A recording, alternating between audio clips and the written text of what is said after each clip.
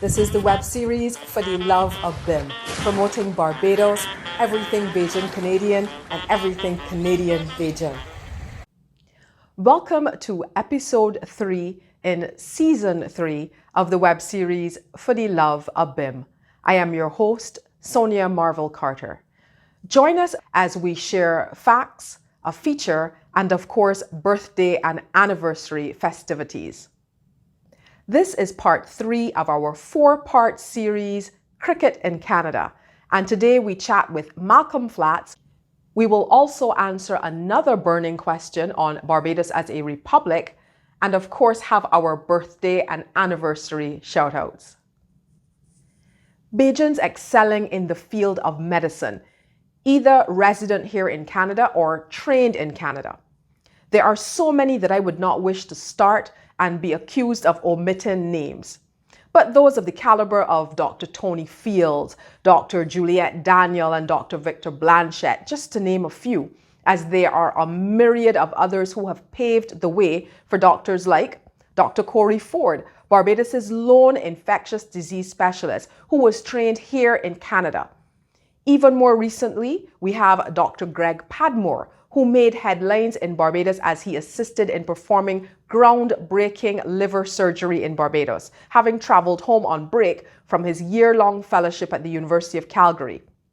But we have yet another Bajan doctor in Calgary, Dr. Maurice Scantlebury, who is not only Barbados' honorary consul in Canada, but he is leading a team on some groundbreaking research on epilepsy in children.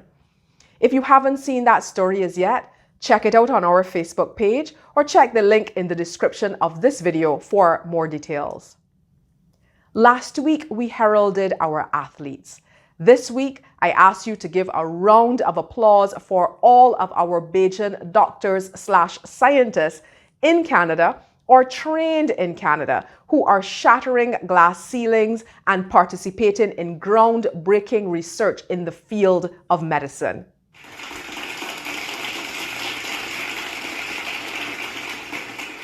Before I get on to our feature for today, I also want to mention a couple other important things. 1. Those of us in the GTA, are you aware that there is a new store in Scarborough Town Centre called Black Owned Toronto? And it features products from Black businesses. As some small Black businesses are not financially equipped to have stores in malls or other prime locations to market and sell their products, investors have come together and provided a store where Black business owners can rent shelf space, so to speak. And there are now reportedly hundreds of Black-owned products available on the shelves at this store. I understand it is almost like a one-stop shop for Black products. I will most definitely check this out and support. I encourage you to as well. And as we are on the topic of support, Bajan Kitchen has popped up in Mississauga and they're having a fish fry today, Saturday, August 14th, with part proceeds going towards the Hurricane Elsa Relief Fund in Barbados. So if you are watching this episode before 6 p.m. on Saturday, August 14th, spread the word. They started at 2 o'clock.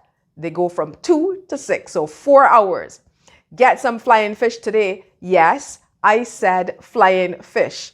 And along with getting an excellent Bajan meal, you can support those displaced by Hurricane Elsa in Barbados.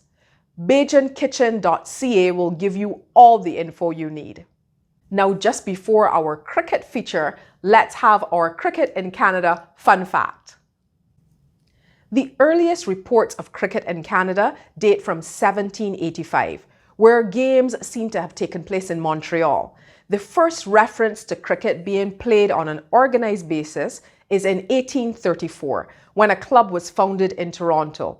And there are reports of matches being played in Hamilton and Guelph. Now, this information reiterates the point, as we say in Barbados, that cricket was bout here long time. Now to our feature with Malcolm Flats. My name is Malcolm Flats, former police officer in Toronto with the RCMP. Was a police officer in Barbados also before immigrating to Canada. I came here in 1970 Since I arrived here, I've been involved in lots of different activities in the community. I'm currently the president of the Barbados Ex-Police Association and also the president of Malvern Cricket and Social Club. So Malcolm, tell us a little bit about cricket in Canada. What has your experience been with cricket in Canada? Well, my experience with cricket in Canada comes from a spectator. I am not a player. I'm going to make that known because I'm not going to sit here and tell a lie and say I play cricket. I am just a supporter. I'm also a supporter because of my involvement with Malvern Cricket and Social Club. Malvern Cricket and Social Club, we are not into any competitive cricket. It's just a friendly basis. We will visit other cities within the Ontario area and play cricket against those clubs there, and that's it. As far as cricket is concerned in Canada, it's a sport I enjoy. I can say that since my arrival and up to now, it has improved. It has expanded quite a bit, and I could also say I'm very sorry to see that we don't have as much Barbadians participation in cricket at this moment like it did when I first came here in the 70s. When I first came in the 70s, every cricket ground used to find Barbadians playing cricket. Now it has been taken over by the Sri Lankans, the Pakistanians, the Indians, and even the youth of those different countries I just called is very involved in the cricket. Unfortunately, I don't see any young Barbadians involved in cricket like they are. How many clubs are you aware of in the area? I mean, I know you said that y'all would go around playing the different clubs in the cities and so in Ontario. So how do you know how many clubs there are? Or can you think of how many clubs, like more than 30 clubs or less? No, more than 30, no way. Not that much at all. Very, very few clubs, I would say, as far as Barbadians are concerned.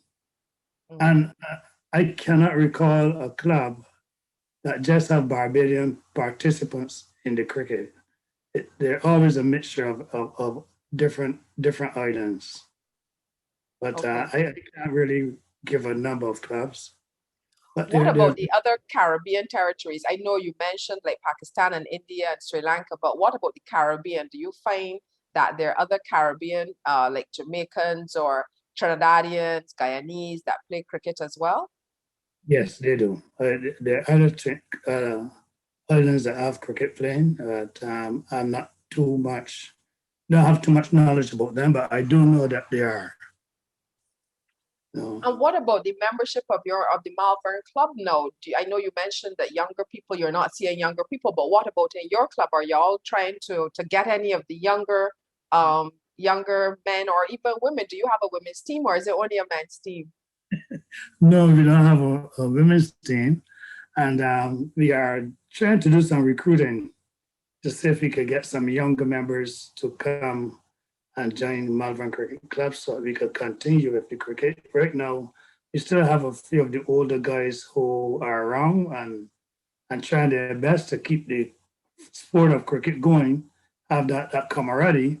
But you know, some of them, their knees are going and the age, they cannot really keep up with the sport like before. And I know you mentioned about being a member of the ex-police as well. So what about, actually, I have been to one of the matches for the ex-police. On a yearly basis, we usually have a cricket match. The ex-police sponsors a cricket match against Police Cricket Club. And that's in memory of a Barbadian police officer by the name of Percy Cummings, who lost his life tragically in the line of duty here. And we usually have the match every year, and it's a very competitive match. Alpha Jones, who's a member of the Barbados Ex-Police, he would make a cricket team combined of guys from other clubs, whereas police will have their own team. And I'll tell you that is a match that when you show up, you're at Kensington Oval.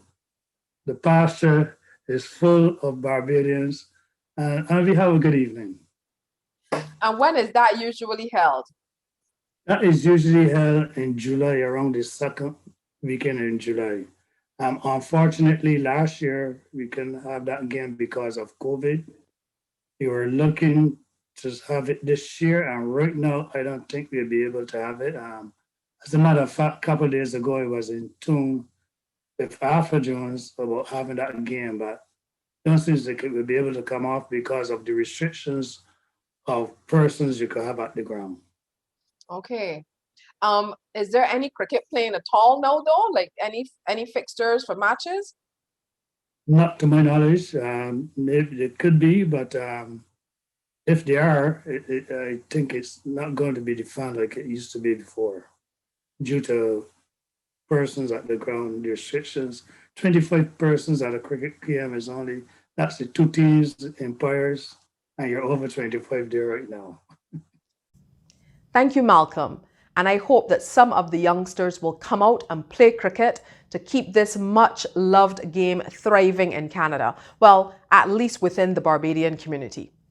There is another Barbadian who has been heralded as having given 47 years of distinguished service to cricket in Canada, and he is Austin Ward. Unfortunately, we were not able to interview Austin Ward on camera, but his interest in cricket apparently started from his early teenage years in Barbados when he played for the Coleridge and Parry School.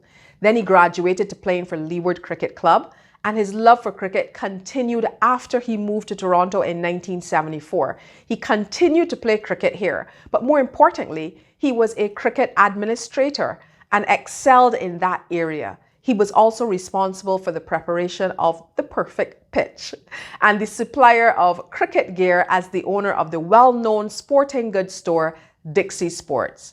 This is but a snippet into the contribution that Austin Ward has made to cricket in Canada. Thank you, Mr. Ward, for keeping the game of cricket alive and well in Canada. And again, I hope the younger Barbadian guys and gals here will continue to keep this great sport alive in our diaspora. And now to our birthday and anniversary shoutouts.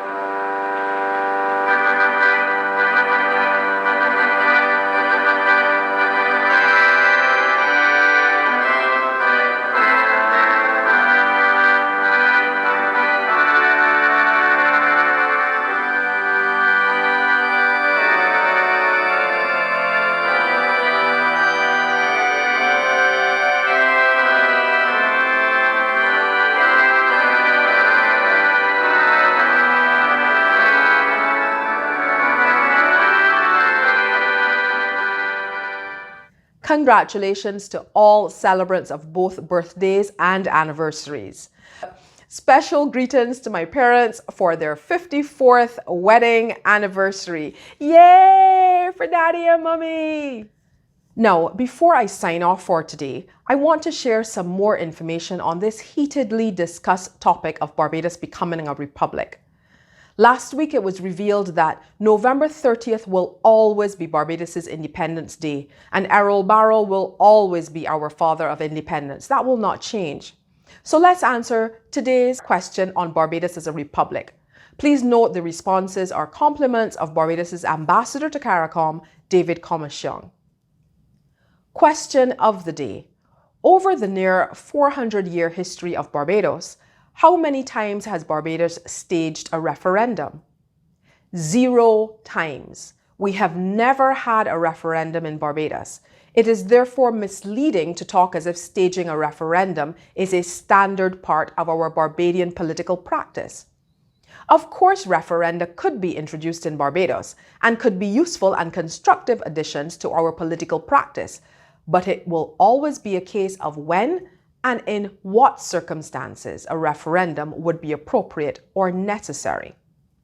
Well, that's all the time we have for today, folks. But join us next week for the final part of our Cricket in Canada series when we hear from Hamilton Lashley, who has brought many teams to Canada from Barbados to play cricket. We will also hear more on Barbados as a republic and other topical issues. Remember, be safe, adhere to the protocols, and continue to do your part to stop the spread of the COVID-19 virus. See you next week.